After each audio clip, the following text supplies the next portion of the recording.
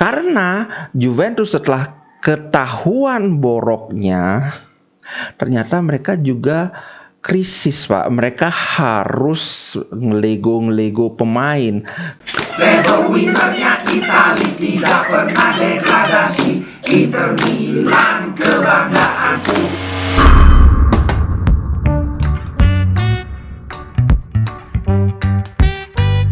Halo Sobat Ngomin, apa kabar? Kembali berjumpa dengan Ngomin. Kita bahas Inter lah. Tapi sebelum kita bahas Inter, bahas Serie A sedikit-sedikit. Ini ada presidennya Napoli nih. Karena sekarang peluang mereka sudah hampir 100% buat Scudetto. Mulai ngomong dia, tapi nggak nyalahin sih, memang layak. Dia bilang Napoli the most honest club. Kvaratskhelia was more expensive. Napoli adalah klub yang paling jujur. Kvaratskhelia lebih mahal. Ini kan aku pernah bilang bahwa mereka dapetin Kvaratskhelia ini cuma 10 juta. Padahal ternyata sebelum COVID mereka sudah berniat membeli Kvaratskhelia. Tapi waktu itu dia dihargai 30 juta. Nah, mungkin gimana ceritanya, kontraknya sudah mau habis atau gimana, kayak kasusnya Skriniar dengan PSG kan. Akhirnya mereka dapetin dengan cuma 10 juta. Gila, hebat ini. Tukang negonya Napoli hebat banget. Terus terkait dengan klub yang paling jujur itu ya, Napoli kan memang belum pernah kena kasus sih setauku. Paling yang kasusnya ya soal Osimhen aja, tapi itu juga kan belum kelar penyelidikannya. Kita lihat aja nanti bener nggak dia klub paling jujur. Karena setauku saat ini klub paling jujur ya Inter, walaupun kena hukuman FFP juga, tapi kan at least karena klubnya jujur, Inter nggak ada niat ngebohongin kan. Kena denda itu karena memang pengeluarannya lebih banyak dari pemasukan, tidak ada yang ditutup-tutupi di sana. Itulah. Nah, tapi ada satu hal yang menarik dari komennya si De Laurentiis ini tentang apa yang dikatakan media dan fans. Karena gini, aku agak tertarik ini, banyak ngomongin Napoli dikit aja, dikit aja. Ketika mulai musim ini, fans Napoli itu banyak yang kesal karena kan mereka kehilangan banyak bintang, Insigne, kemudian Koulibaly, kemudian siapa lagi itu, Mertens lagi.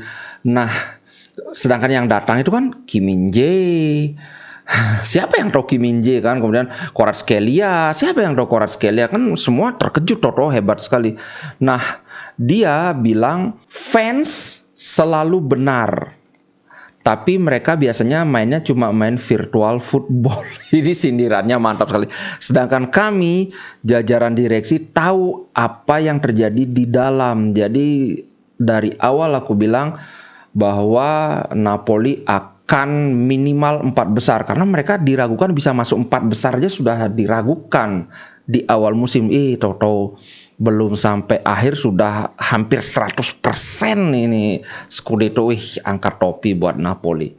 Itu Napoli segitu aja. Berapa ini? 3 menit ngomongin Napoli aja. Kemudian berikutnya adalah Vlahovic. Aku kan bilang sebenarnya sebelumnya Osimhen diincar oleh MU dan juga Chelsea, tapi kemudian muncul bahwa Chelsea kemungkinan akan menggunakan Lukaku sebagai bargaining chip buat barter. Akhirnya MU sekarang mengalihkan perhatian ke Vlahovic, dan ini katanya negosiasi antara pihak MU dan Juventus sudah dimulai. Karena Juventus setelah ketahuan boroknya, ternyata mereka juga krisis, Pak. Mereka harus ngelego pemain karena sekarang untuk gaji aja mereka kesulitan, baru ketahuan. Nah, sementara selama ini ya ditutup-tutupi kayak gitu. Ya baguslah Vlahovic ini musim ini memang dia tidak terlalu banyak golnya, tapi itu karena dia memang cedera. Kalau dari segi kualitas aku sih nggak ini sama Vlahovic. Nggak ragu lah, karena Inter juga sempat ingin mengincar Vlahovic, tahu-tahu disalip sama Juventus. 80 juta, Pak. Entah di mana dia dapat duit 80 juta. Jangan-jangan belum dibayar lagi. Oke, itu soal Serie A dikit aja. Nah, kemudian sekarang kita bahas update-nya Inter. Aduh, ini pingin garuk muka aku. Tempo hari aku bilang bahwa berita baik, karena Thuram ini baru Inter saja yang sudah mengajukan penawaran terhadap Thuram. Kan nggak perlu negosiasi dengan Mönchengladbach kan.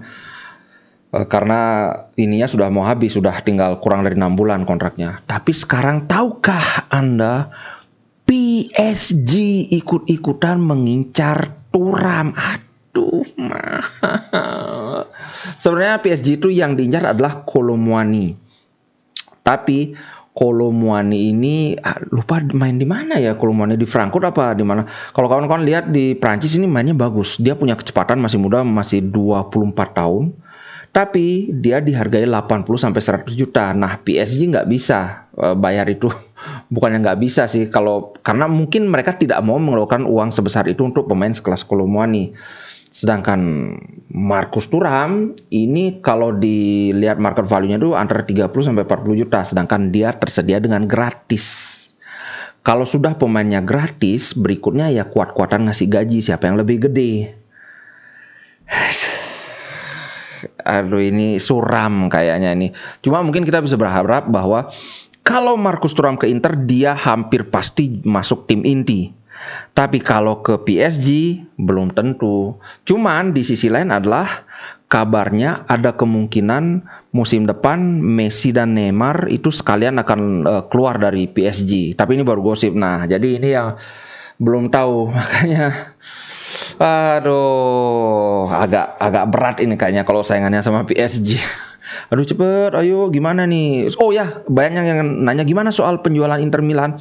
Aku kan sudah bilang, itu yang memberitakan itu media yang tidak terlalu top tier lah, Il Giornale namanya. Dan aku bilang, kalau misalnya ini benar, seperti yang dibilang itu kan katanya tinggal pengumuman aja. Kalau misalnya itu benar, mestinya minggu ini sudah ada kan, sudah ada berita yang lebih apa ya? Lebih solid lagi, tapi ternyata tidak ada di media-media Corriere della Sera, Corriere dello Sport, La Gazzetta, Tutto Sport, kemudian apa lagi ya, lupa aku yang korannya Roma itu nggak ada. Jadi kemungkinan sing ada apa deh. Next, soal Mkhitaryan. Kalau perkiraanku itu lawan Porto, Inzaghi akan mencoba mengembalikan trio Habibi, Hakan, Brozovic, Barella. Tapi di sisi lain Mkhitaryan sangat digenjot supaya bisa kembali ke fisik yang prima. Padahal kan waktu ini agak pincang gitu kan, walaupun dibilang ternyata ringan. Nah, yang perlu diperhatikan adalah satu, kita lawan Barcelona bisa menang 1-0 dan seri itu kita hampir menang loh, dengan Hakan berada di posisi regista atau gelandang bertahan. Nah, ada kemungkinan Inzaghi tidak berani mengubah the winning formula, artinya resep manjurnya mungkin dia nggak berani ngubah-ngubah gitu. Mungkin loh ya, walaupun aku tetap berpendapat trio Habibi is the best. Waktu ini memang Brozovic belum seperti apa yang kita lihat musim lalu, salah satu gelandang bertahan terbaik di Eropa, memang belum. Tapi ya kita memang perlu kasih dia menit bermain, dan ini akan kembali dengan sendirinya. Itu sih menurutku. Kalau menurut kawan-kawan gimana? Lawan Porto pakai trio Habibi atau Bromiba?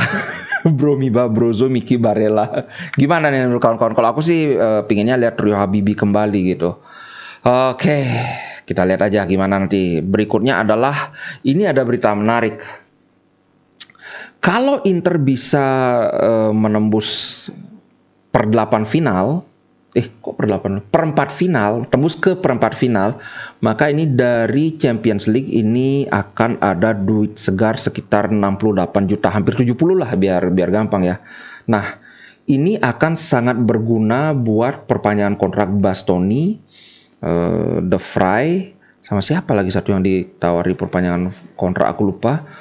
Hakan lagi satu. Nah, ibaratnya Inter akan punya di pembukuan itu, karena ada uang masuk, Inter bisa ngeluarin uang lebih banyak. Jadi berguna juga untuk biar nggak kena semprit lagi sama financial fair play kan. Itu di sisi lain juga, kalau Inter bisa masuk ke perempat final, 70 juta itu kan cuma dari Liga Champion aja, dari hak siar segala macam.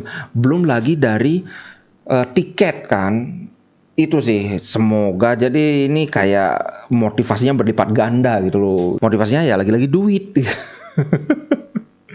Nah, kemudian berita berikutnya yang menarik adalah tiket Inter lawan Porto itu sudah habis terjual.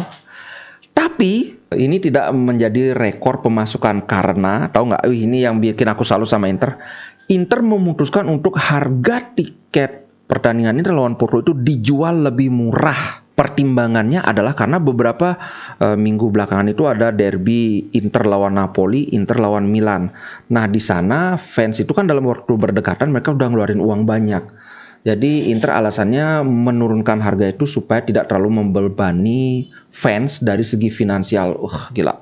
Top 2 jempol buat manajemen Inter Milan walaupun dalam keadaan gunjang-ganjing kan ini namanya, tapi masih bisa memikirkan ya dah biar mereka nggak terlalu mahal bayar tiket kan. Kayaknya nggak banyak klub yang mikirin fans sampai segitunya, ya nggak? Iya dong, Inter gitu loh. Tadi soal trio gelandang tengah, sekarang duet di lini depan nih. Kalau Lautaro Martinez sudah pasti, apalagi dia sudah disimpan kan, main cuma dari menit ke 60 apa ke berapa itu. Berikutnya adalah pasangannya. Dzeko saat ini masih favorit loh ya. Tapi di sisi lain Inzaghi sudah bilang bahwa belum pasti siapa akan jadi pasangan Lautaro, masih akan dimonitor sampai latihan terakhir sebelum lawan Porto. Nah, kalau aku sih lebih pingin lihat Inter duetnya itu Lautaro dan Dzeko. Kemudian di pertengahan ganti pakai Lukaku kan tepat ketika misalnya Porto sudah mulai agak kelelahan, kita masukkan pemain yang punya fisikalitas sangat bagus. Lukaku bisa sprint. Itu sih kalau aku. Kalau kawan-kawan gimana? Apakah pingin lihat starternya itu Lautaro Lukaku atau Lautaro Dzeko? Coba komen ya. Next, San Siro ini sudah yang sold out. Kemudian ada berita ini. Tahu yang namanya Fabrizio Ravanelli nggak? Tahun 90 berapa ya? 95 ke atas kayaknya. Ini lumayan ngetop pemain dan dia legenda Juventus. Dia punya komentar yang sangat bikin alis terangkat kayak gini. Jadi dia bilang AC Milan more of a team than Inter Milan. Alasan dia adalah ketika Inter kebobolan 1 gol lawan Udinese, di sana kelihatan lagi-lagi ini kesalahan yang sama seperti di awal musim adalah ada gap antar lini, terutama ini aku pernah bahas yang tidak akan terlalu banyak. Trio defender di depannya itu kan harusnya ada gelandang bertahan atau at least gelandang tengah yang turun untuk menutup celah antar lini itu, tapi waktu itu kan nggak ada. Nah, hanya gara-gara ini dia ngomong bahwa AC Milan lebih terlihat seperti sebuah tim, padahal AC Milan tuh baru saja berusaha merangkak naik dari krisis. Ini kayak cuma gara-gara AC Milan menang lawan Spurs saja mereka mulai ngelihat AC Milan tuh kayak Real Madrid. Come on man. Di posisi klasemen Inter ada di atas AC Milan. Gol lebih banyak Inter Milan. Pertandingan juga kalah. Supercoppa kalah Milan. Di Serie A juga kalah. Kok bisa? Cuma gara-gara menang lawan Spurs. Come on. Mungkin karena dia legenda Juve kali ya. Soalnya Juve sekarang kan lagi kesel banget. Aku sempat post di Facebook pageku. Buat kalian yang belum follow fans page Facebook Ngomin, ayo tunggu apa lagi? Nanti aku kasih linknya di komen. Juventini Forever itu bilang wah kita dikatain sampah lah, mafia lah. Terus baru aku call out langsung diblokir pak. Biarin aja lah, gak apa. Kemudian masih lawan Porto ini ada yang menarik bahwa salah satu elemen penting dari Porto adalah ini striker namanya Mehdi Taremi, ini dari Iran kalau nggak salah. Dia punya fisik yang bagus. Aku nggak ngerti biasanya striker anggaplah kelas 2 kan yang gini nih. Tapi kalau di Liga Champions mereka ketemu klub kuat, mereka bisa menggila bener mainnya. Nah, BP Bergomi bilang bahwa stopping Porto striker Mehdi Taremi will be key. Jadi menghentikan ini akan menjadi kunci di pertandingan lawan Porto. Ini sama kayak ketika kita lawan Napoli, salah satu kuncinya adalah Osimhen dikantongi sama Acerbi. Kemudian Kvaratskhelia juga dikantongi sama Skriniar kerjasama dengan Darmian waktu itu kan. Nah, menurutku ini harus benar-benar berhati-hati, apalagi yang ngomong Bergomi. Bergomi ini kan mantan pemain, mantan legenda. Dia ngerti dari sisi pandang seorang defender. striker seperti ini memang berbahaya. Oke, udah lebih jauh lagi tentang bagaimana preview pertandingan, preview loh bukan prediksi, preview pertandingan besok ya.